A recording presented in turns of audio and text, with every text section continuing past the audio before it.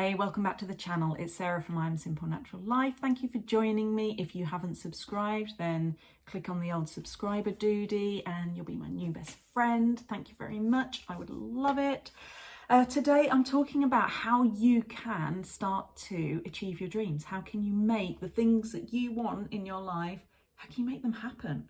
And I have been on a super roller coaster of a year, which has involved a lot of manifesting, and my life has changed massively over the last 12 months, and I want to kind of pass on some of the tips and things I did that will then help you.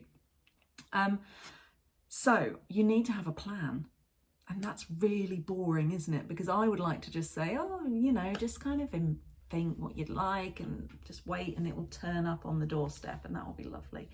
And I'm afraid it just doesn't kind of work like that. And a plan anyway is good because it gives you a sense of control. Otherwise, you can kind of, I don't know, is fatalistic the right word? You can just feel like you have no control over the good things or the bad things. So stuff just happens, and then if bad things happen, you can get into a bit of a negative spiral, just thinking, why do these things always happen to me? If you start planning, then it gives you some control over it. It gives you a sense of control, and it can take away the fear of what if it doesn't happen? What if I fail? What if I don't do it? And it allows you to work out the kind of steps that you need to take to get you towards where you want to go. I keep looking down because all my notes are here. I've written loads of stuff because it's all kind of juicy goodness. So first of all, you need to choose your goal. Kind of seems obvious, but so many people don't actually do this thing. And you need to get as specific as you can about your goal. So really vision it. Think about what it will look like when you achieve this thing, and what is the thing. So for me, it was living in a different kind of house and having a lot more space around me. We lived in a lovely village, but I felt very hemmed in. We had houses all around us. The house was kind of okay, but smaller than I wanted it to be, especially we're a family of 6. And I also wanted to be earning an income and having my own kind of thing, which started off with sort of a year ago was I wanted to write a book. That was my vision. I'd always wanted to write a book. And then kind of as time went on, that vision kind of altered. I'll come on to that. So first of all, choose your goal, and it doesn't matter. Once you've decided on your goal, you can change it, okay? So don't get too fixed on you've got to get the perfect thing, because if you don't start off with the perfect thing, it's not going to be right.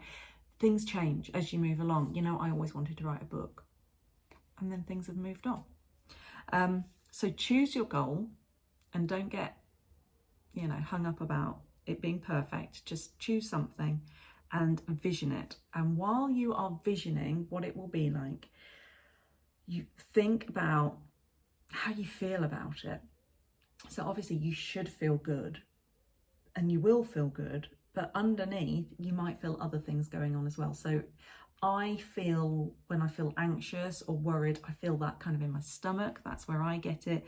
You might get it somewhere else, but really just notice when you are visioning this future thing happening or having happened, and if it's a lifestyle thing, living that new life or a job or whatever.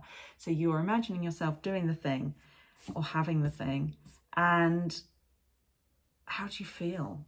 Is there any part of you that maybe feels fear, that feels scared, and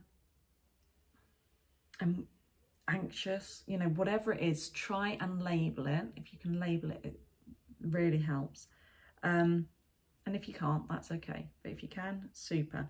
And then what is it that's causing you to feel like that? So if you do feel some fear, what are you scared of? What is it that's causing that fear? So it could be, for me, it will often be other people's opinions. What will other people think if I do this thing?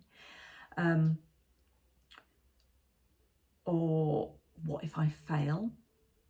That's another one for me. You know, what if I don't achieve the thing? And then what will people think? You see, for me, it comes back to that. And then listen to your subconscious and just really tune in to what your subconscious is telling you. So to do that, you just need to find some quiet time, if you can, as quiet as possible. If you've got children around you, that's fine. Just as quiet as you can. Just close your eyes, take some deep breaths, and just see what comes. You don't push it, you just see what comes to you, and usually the answer will be there. You've just got to let it kind of bubble to the surface. So write down all the things that come up, and don't sort of poo-poo them or try and rationalize them at that point. Just let them all come, write them all down, whatever it is. You know, however silly it is, your rational brain might be thinking, that's ridiculous, don't be so stupid. You're not thinking with your rational brain, you are thinking, letting your subconscious talk to you. And that's really important, because your subconscious brain is actually running like 95% of the show. So listening to it is a good thing. Your rational brain will shout the loudest, but it's actually not the one that's actually making all the decisions. So, and then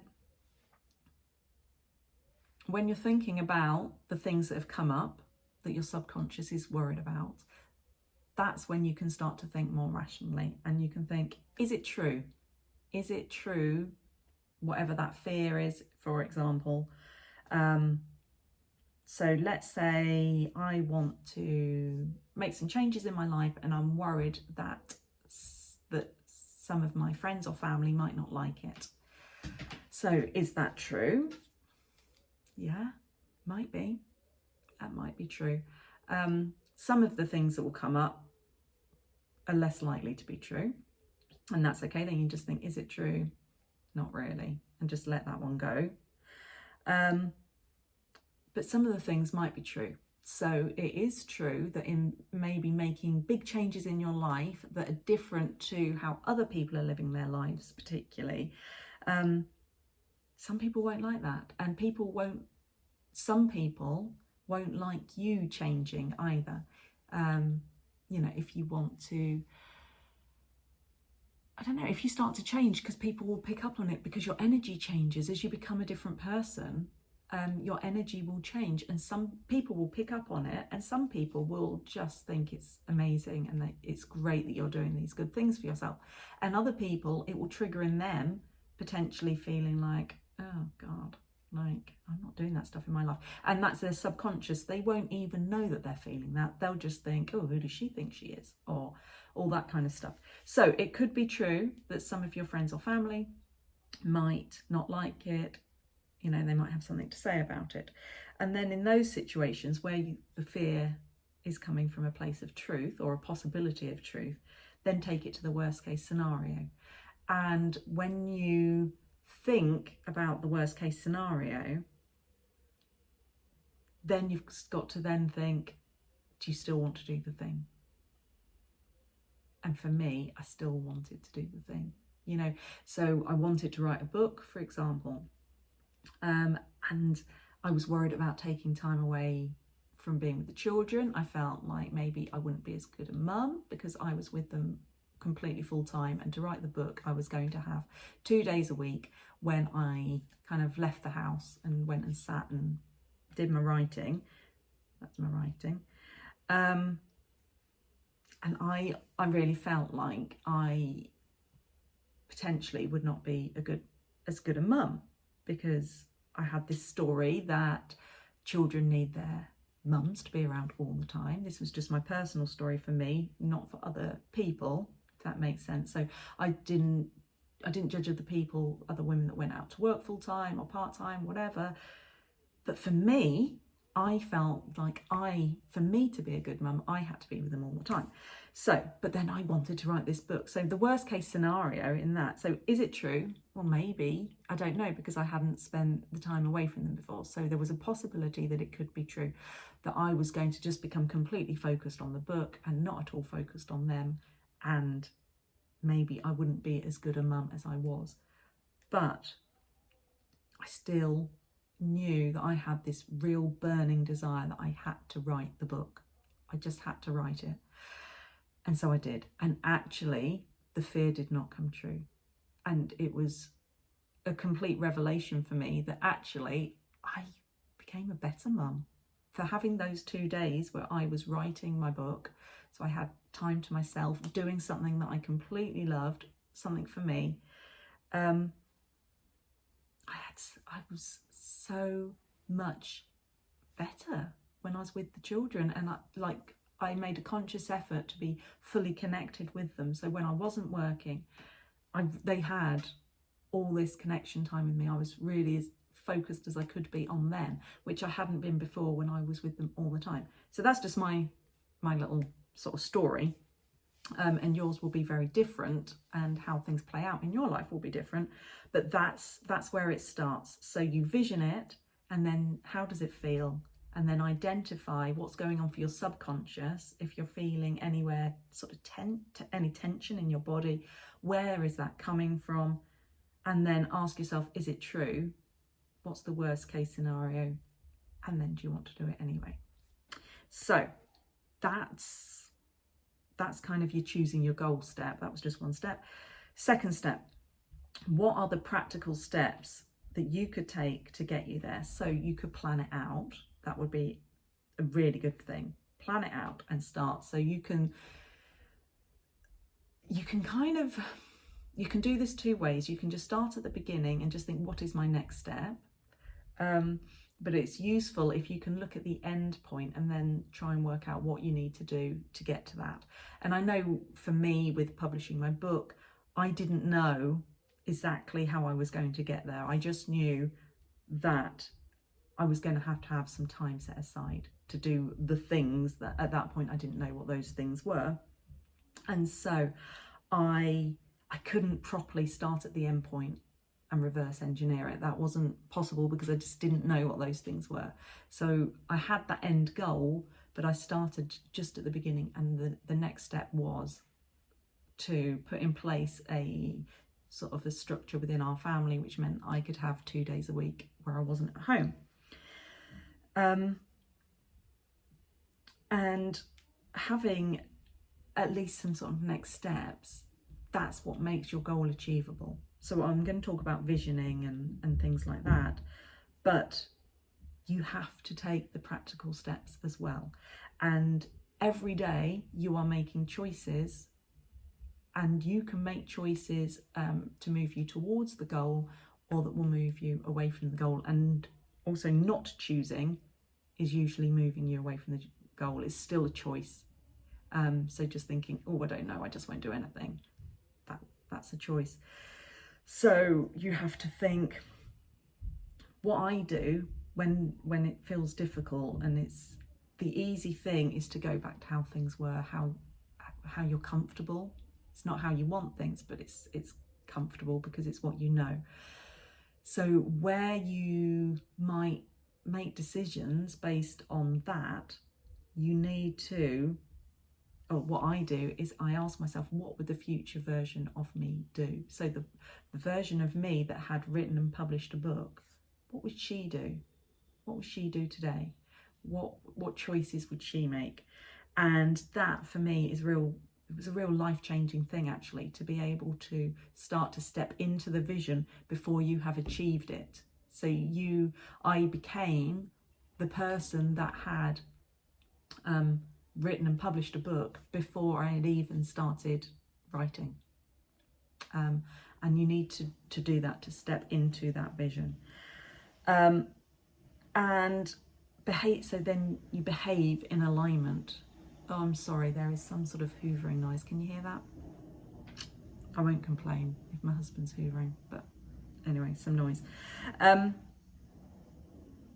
So behave in alignment. And then step number 3 is to create an actual action plan from that. So what are the small steps that you could take towards the big vision and your next goal? Because obviously you've got your big vision, and then you might have goals within that. and you know generally the kind of steps that you need to take, and then break it down into like the real tiny steps, as small as you can. And every day review and ask yourself, when you get into bed, ask yourself, how did you do today? Did you consciously think about your vision or your goal?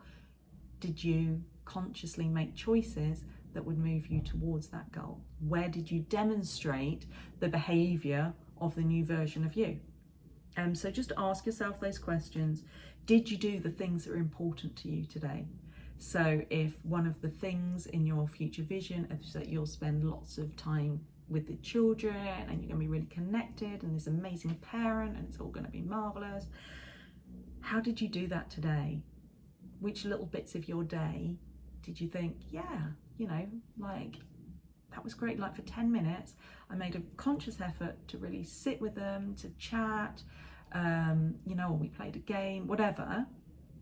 That's just a small little step towards the big vision of you with your goal, where you will just have this amazing relationship with your children and, you know, you'll have fun and play all the time. And then where did you not live in alignment with your goal? And that's not to then beat yourself up about it, but it's just to be aware of it and think, oh yeah, you know, I don't know, one of the kids, they came and asked if I could play, and I was, I don't know, cleaning the kitchen, I was just really short with them and thought, I just don't have time.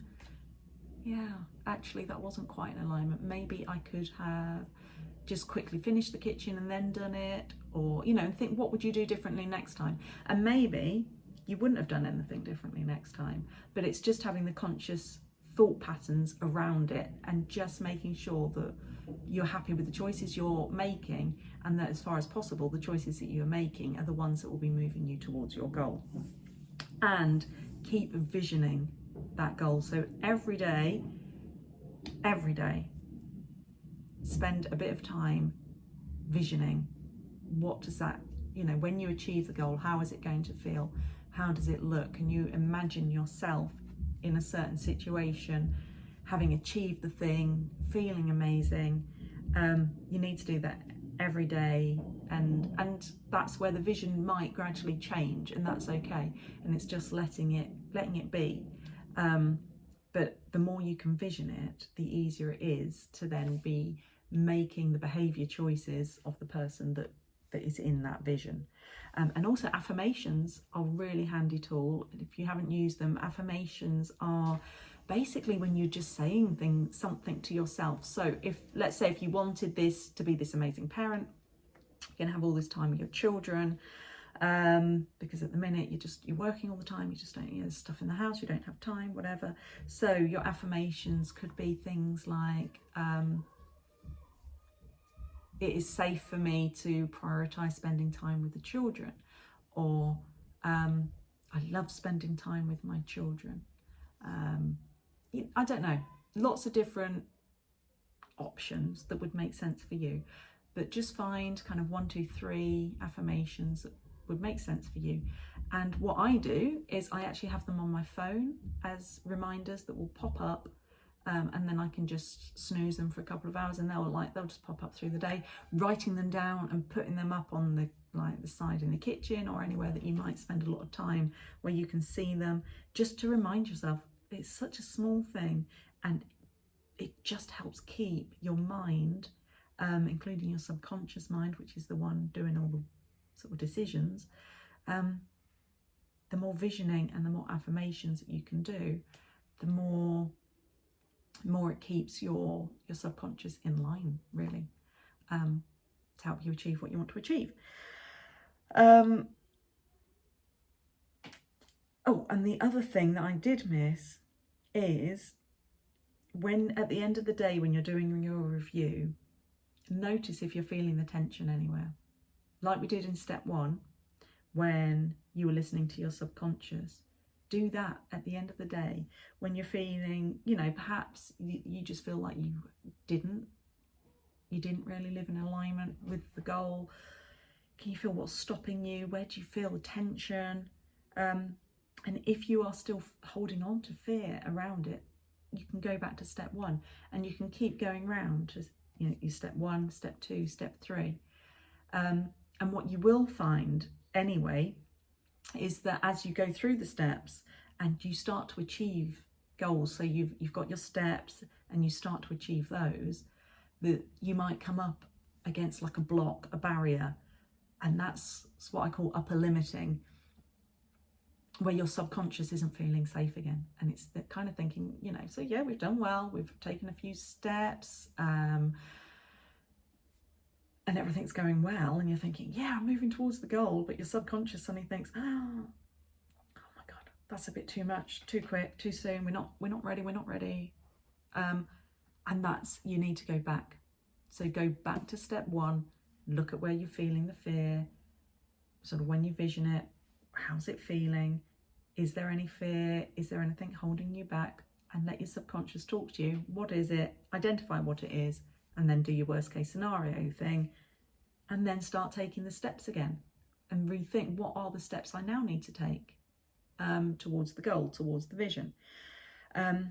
So hear the doubt, release the doubt, and catch yourself as often as you can. So in your daily decision making, or in your actions that you are taking, big things, small things, every time you notice the doubt, where that's creeping in, and just notice it, and let it go where you can. Just let it go. But just noticing it is the big starting point, because probably you have spent most of your life ignoring all this stuff and just ploughing on and just kind of doing what you feel that you have to do.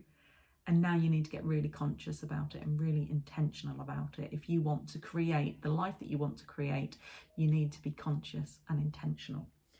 And I think that's it. Yeah, all the times that you're thinking, I would, but release all that.